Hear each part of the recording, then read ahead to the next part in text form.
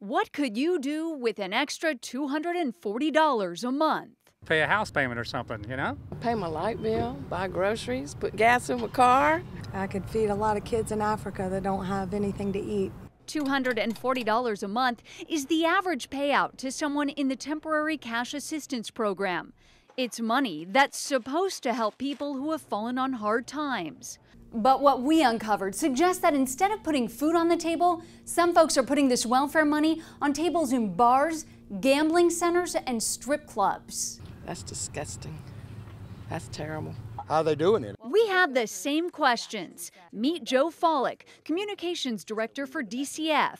His agency hands out your taxpayer money loaded onto debit cards. Does anyone at this department think that using using the cards in this manner is helping a family? I think by and large, people who receive temporary cash assistance are using it for that purpose. They are using it to help their children. That doesn't check out with what we found. We requested records of TCA spending from the state, and after combing through just a small portion of the data, found dozens of transactions at strip clubs, internet gambling centers, and bars.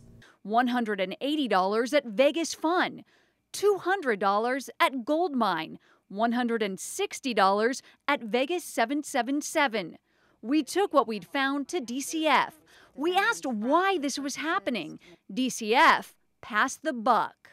It's up to Congress, it's up to lawmakers to determine where they want these cards used. We don't have the ability right now to say, okay, you can't use it here, nor should we. When we see these kind of expenditures, I have two reactions. One, sadness, because these are families who need help, and someone's making a decision to spend it there, and that's sad because that's taking money away from its intended purpose. Taxpayers we spoke with had a very different reaction when we showed them what their money was buying. I feel like I'm handing it out. It's like, here, go party.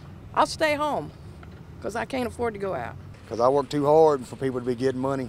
You know, we work hard every day. We took what we found in those state records to a cyber cafe inside this hotel on the west side. A woman agreed to talk to us, but didn't want to show her face. I'm not familiar with that card, and we do not take it in the hotel. What about at the cyber cafe? No, ma'am. Is there an ATM in there people could be using it at? There is an ATM. That is also a leased. Off camera, that woman told us there's no way for her establishment or any other to know where someone is getting their money, especially when they're using a debit card. So we made another stop, this time a strip club. Pony Grill was listed on the state records. Someone accessed TCA money here. Is this the entrance?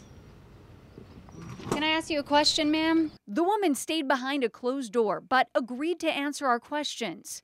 Do you think it's right for people to use tax dollars here? No, it's not. I didn't know they were. And that's the real problem. Hardworking taxpayers don't know where their money is going. Business owners don't know welfare money is being spent at their bars and clubs. And DCF is passing the buck, saying only Congress has the power to make a change. So what do you have to do to get that brought to their attention? We're going to take this story to the governor's mansion and to Washington until we get that question answered.